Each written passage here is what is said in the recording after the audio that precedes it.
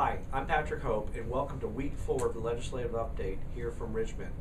We're approaching the halfway point, which is also called crossover here, and I want to give you an update of what we've been doing this week. Wednesday, I went back home to Arlington to have a special town hall meeting to discuss school and campus safety.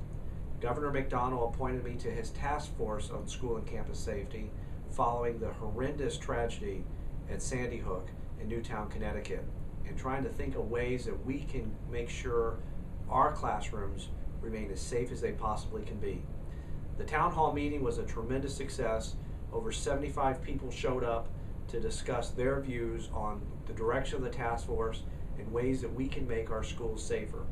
The task force released its recommendations on Thursday of this week, and I'd like to go over a few of those with you. The highlights of them are to ensure that there be more lockdown drills that could simulate more of someone that comes on campus to make sure that our kids stay safe. Anti-bullying training was also a recommendation considered. School safety committees to be developed in each jurisdiction to go over school safety, to include fire and police, parents and teachers, so we can collaborate to make sure that our schools are the safest they can possibly be. More funding for mental health first aid training, so that people in the schools can better detect whether someone's having trouble and make sure that they direct them to help.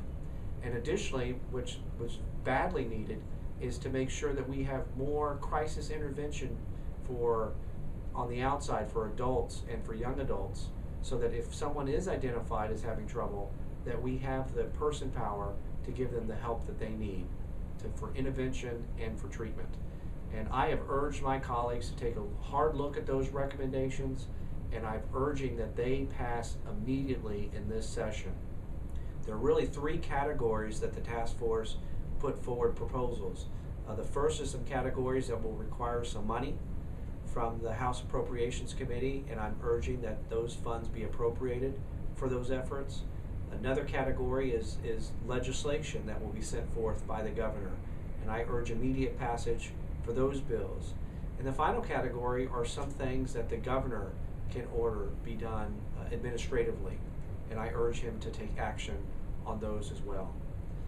The other item that I'll be closely monitoring this week and next is on Sunday, we should be seeing the House budget at 1 o'clock. And some of the things that I will be looking for in the budget, and the number one priority for me, is to ensure that we have Medicaid funding in the budget to expand access to nearly 400,000 Virginians under the Affordable Care Act. And I will be looking for that language and hopeful that we will have that language in there. As you may recall, I put in a budget amendment for Virginia General Assembly to include that, and I will be looking very closely at the budget to make sure that we have language in there to accept federal funding.